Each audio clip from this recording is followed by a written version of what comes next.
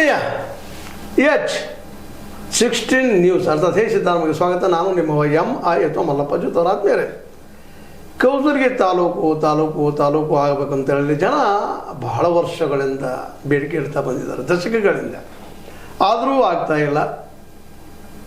ಈ ಮೂಡಲಗಿಯವರಿಗಿಂತಲೂ ಮೊದಲಿಂದಲೂ ನಾವು ಕೌಸಲಗಿ ತಾಲೂಕು ಆಗಲಿ ಬೇಡಿಕೆ ಇಡ್ತಾ ಇದ್ವಿ, ಆದರೂ ಆಗಿಲ್ಲ ಅನ್ನುವಂಥ ಪಾಪ ಕಳವಳ ಅವರಿಗೆಲ್ಲ. ಈಗಲಾದರೂ ನಮ್ಮ ಸರ್ಕಾರ ಮಾಡಲಿ, ಹೇಗೋ ಜಿಲ್ಲಾ ಘೋಷಣೆ ಆಗೋ ಸಾಧ್ಯತೆಗಳಿದ್ದಾವ ಅನ್ನೋ ನೆಲೆಯಲ್ಲೇ ಇವತ್ತು ಕೌಸಲಗಿ ಹುಟ್ಟಿ ಬೆಳೆದು ತಮ್ಮ ವ್ಯಕ್ತಿತ್ವ ಬೆಳೆಸ್ಕೊಂಡಂಥ ಕೌಸಲಗಿ ತಾಲೂಕು ಆಗಲೇಬೇಕು ಅನ್ನುವಂಥ ಒಂದು ವಿಚಾರದ ನೆಲೆಯಲ್ಲಿ ಮಾತಾಡಲಿಕ್ಕೆ ನಮ್ಮ ಸ್ಟುಡಿಯೋಗೆ ಇವತ್ತು ಪ್ರಕಾಶ್ ಕೋಟಿನ ತೋಟದ ಸಾಹಿತಿ ಮತ್ತು ಕವಿ ಬಂದಿದ್ದಾರೆ. ಸರ್, ನಿಮ್ಗೆ ಸ್ವಾಗತ ರೀ. ತಮ್ಮ ನಮಸ್ಕಾರ. ಈಗ ನೀವಂತೆ ಹಲವು ದಶಕಗಳಿಂದ ಕೌಸಲಗಿ ತಾಲೂಕು ಆಗಲಿ ಅಂತ ಬಯಸ್ತಾ ಇದ್ದೀರಿ. ಯಾಕೆ ಕೌಸಲಗಿ ತಾಲೂಕು ಯಾಕೆ ಆಗ್ಬೇಕಂತ ನಿಮ್ಗೆ ಅನಿಸ್ತದ, ಅಥವಾ ಯಾಕೆ ಬೇಕು ಅಂತೇಳಿ? ಸನ್ಮಾನ್ಯ ಶ್ರೀ ಡಿ ದೇವರಾಜ ಅರಸರು ಮುಖ್ಯಮಂತ್ರಿ ಆದ ಸಂದರ್ಭದೊಳಗೆ 1973ನೇ ಇಸ್ವಿ ಒಳಗೆ ಎಂ ವಾಸುದೇವರಾವ್ ಏಕಸದಸ್ಯ ಅಧ್ಯಕ್ಷರು ಅವ್ರ ಏಕಸದಸ್ಯ ಆಯೋಗ ಇರೋದು.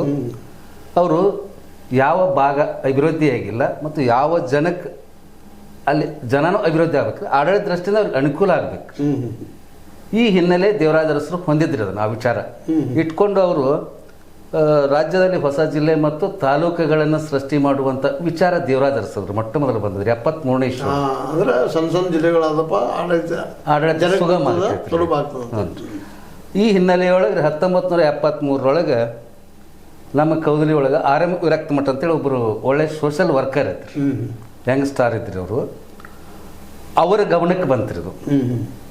ಅವ್ರ ಗಮನಕ್ಕೆ ಬಂದಾಗ ಅವರೆಲ್ಲ ಊರೊಳಗಿನ ಜನರನ್ನ ಕೂಡಿಸಿ ಅಲ್ಲೊಂದು ನಕ್ಷೆ ತಯಾರು ಮಾಡಿ, ಅಲ್ಲಿ ಸುಮಾರಾಗಿ 86 ಹಳ್ಳಿಗಳ ಗ್ರಾಮ ಪಂಚಾಯತ್ಗಳ ಸೈಕಲ್ ಮೇಲೆ ಹೋಗಿ ಅವರೆಲ್ಲ ಒಪ್ಪಿಗೆ ಪತ್ರ ತಗೊಂಡು ಆ ಎಂ ವಾಸುದೇವರವರಿಗೆ ಒಂದು ಮೊದಲನೇ ಮನವಿ ಪತ್ರ ಅರ್ಪಣೆ ಮಾಡಿದ್ರು.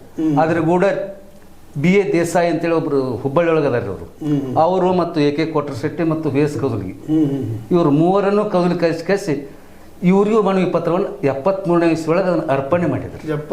73 ವಾಸುದೇವರ ಆಯೋಗಕ್ಕೆ ಅವ್ರೇನು ಹೇಳಿದ್ರೆ, ಇದು ಕೌದಲಿಗೆ ಅಂದರೆ ಅಲ್ಲಿ ಸುಮಾರು ಕೌದಲಿ ಸುತ್ತಮುತ್ತ ಸುಮಾರಾಗಿ ಒಂದು 40 ಹಳ್ಳಿಗಳು ಬರ್ತವ್ರಿ.